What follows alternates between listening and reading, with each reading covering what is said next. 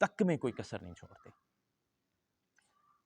میں اس پرابلم کا حل اگر ہم ڈسکس کریں تو میں یہ کہوں گا کہ ماں باپ تھوڑے سے ہوش کے ناخن لیں. ماں باپ یہ شریکہ بازی ڈلوانے والے سب سے مین کردار ہیں، اور سب سے زیادہ کردار ان دونوں میں سے بھی فیمیل کا ہے، چاہے وہ ماں ہے چاہے وہ بہنیں. آپ نے کبھی دیکھا ہے جس بھائی کی اپنی بہنوں کے ساتھ ٹھیک بنی ہوئی ہے نا، اس کے ماں باپ اس بھائی کے اگینسٹ کبھی نہیں جاتے. آپ یہ آزما کے دیکھ لیں، اپنے ارد گرد دیکھ لیں، اپنے گھر میں دیکھ لیں کہ اگر آپ بھائی ہیں اور آپ کی بہنوں کے ساتھ آپ کی بنتی ہے، اس کے ساتھ شریکہ بازی نہیں ہے، تو آپ کی ماں اور آپ کا باپ ہمیشہ آپ کو فیور کریں گے. اگر آپ کی بہنوں کے ساتھ آپ کی نہیں بنی تو ماں باپ آپ کے خلاف کھڑے ہوں گے. کیوں؟ کیونکہ شریکہ ڈلوانے میں ماؤں کا جو کردار ہے وہ سر فہرست ہے، اس میں بہنیں برابر کی شریک ہیں، کیونکہ ماں ہمیشہ اپنی بیٹی کی ہوتی ہے. پتہ ہے مرد جب پیدا ہوتا ہے، مرد کی صرف ایک دن خوشی منائی جاتی ہے. ایک دن، جس دن وہ پیدا ہوتا ہے اس دن جشن ہوں گے، اس دن بکرے ذبح ہوں گے، اس دن مٹھائیاں تقسیم ہوں گی. دا اونلی ون، جو وہ ایک بچہ ہے اس کی صرف ایک دن خوشی منائی جاتی ہے. اور بیٹیوں کا صرف ایک دن سوگ منایا ہو، یار تی ہو گئی ہے، بیٹی ہو گئی ہے. لیکن ساری عمر کیا ہوتا ہے، اس کے الٹ نظام چلتا ہے کہ بیٹوں کو دھتکارا جاتا ہے، بیٹیوں کو چوری چھپے سامنے سائیڈ سے فیسیلیٹیٹ، امپاور، سپورٹ کیا جاتا ہے. اور بیٹوں کو کہ ماں باپ کو پوچھتے نہیں ہیں، فلان ڈھینگ، اور بیٹیوں کو وہ کسی اپنے گھر میں چلی بھی گئی ہیں تو بھی وہ سگی رہتی ہیں. یہ ہمارے انڈیا، پاکستان، بنگلہ دیش اور ایشین ممالک میں یہ سارا چل رہا ہے.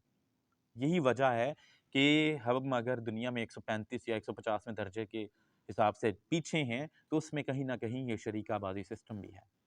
مقابلے بازی، کمپٹیشن سکھایا جاتا ہے. کبھی کسی نے یہ نہیں کہا کہ یار تم کسی کا بھلا کرنا، اور کبھی کسی نے یہ نہیں کہا کہ اگر تم اپنے بہن بھائی کا وہ تمہارا بھلا کر رہا ہے، تم کر نہیں سکتے تو تم اس کا نقصان نہ پہنچانا.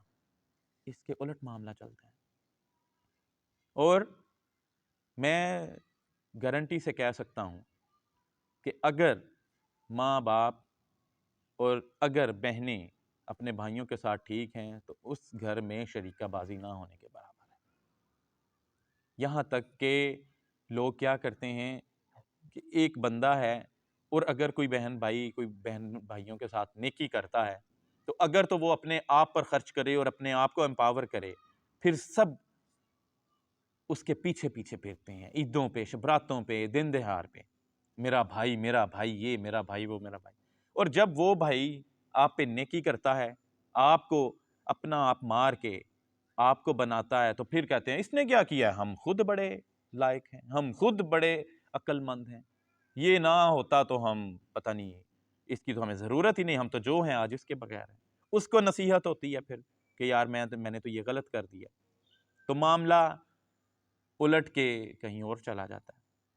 تو میری ہاتھ جوڑ کے گزارش ہے ماں باپ سے اور بہنوں سے، کائنڈلی اس شریکہ بازی سسٹم کو ختم کریں.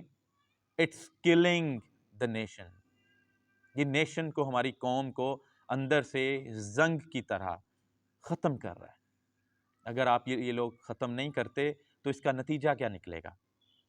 کل کو جس بہن بھائیوں کے ساتھ آپ نے شریکہ بازی کی ہے، ان کے بچے بڑے ہوں گے تو وہ کل کو آپ کا برا سوچیں گے اور شاید کر بھی دیں، جس طرح آج آپ ان کا کر رہے ہیں.